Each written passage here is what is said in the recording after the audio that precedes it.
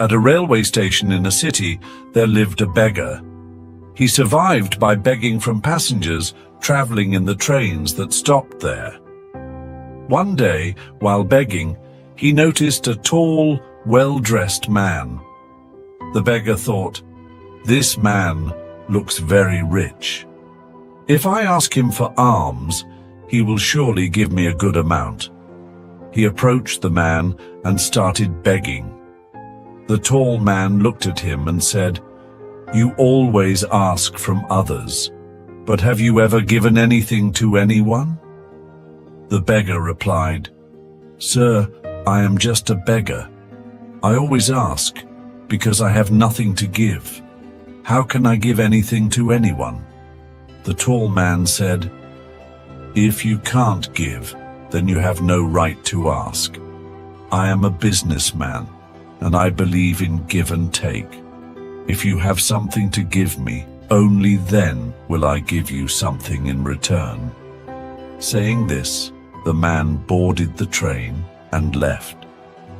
The beggar sat there, pondering over the man's words. Those words struck a chord in his heart.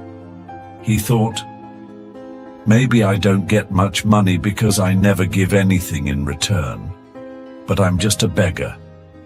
What can I possibly give to others?" After much thought, he decided, "From now on, whoever gives me alms, I will give them something in return." But a question troubled him. What can I, a beggar, give in return? For 2 days, he couldn't find an answer. On the third day, as he sat near the station, he noticed some flowers blooming on the plants nearby. An idea struck him. Why don't I give flowers to people in return for their alms? He liked the idea and picked a few flowers. When he begged on the train that day, he gave flowers to everyone who gave him money. People appreciated this gesture and kept the flowers with them happily. From then on, the beggar began plucking flowers every morning and giving them to people who gave him alms. He noticed that more people started giving him money. However, when he ran out of flowers, fewer people gave him alms. One day, while begging on the train, he saw the same tall man who had inspired him. The beggar immediately approached him and said, "Today I have something to give you. Please give me alms, and in return I will give you some flowers." The man smiled, gave him some money, and accepted the flowers. He said, "Wonderful. You've become a businessman like me." The man took the flowers and left. Once again, his words resonated with the beggar. The beggar realized that the key to changing his life was now in his hands. He stepped off the train, looked up at the sky and shouted, "I am not a beggar anymore. I am a businessman. I can become rich." People around him thought he had gone mad, but the beggar was determined. 6 months later, at the same station, 2 well-dressed men were traveling. One of them recognized the other and extended his hand for a handshake. "Do you recognize me?" the first man asked. "No, I don't think we've met before," replied the second man. The first man smiled and said, "We've met before, not once, but twice. Don't you remember the beggar you once spoke to?" Surprised, the second man said, "Oh, yes. You're the beggar I once refused to give money to. And the second time, I bought flowers from you. But today you're dressed so well. What are you doing now?" The first man replied, "Yes, I was that beggar.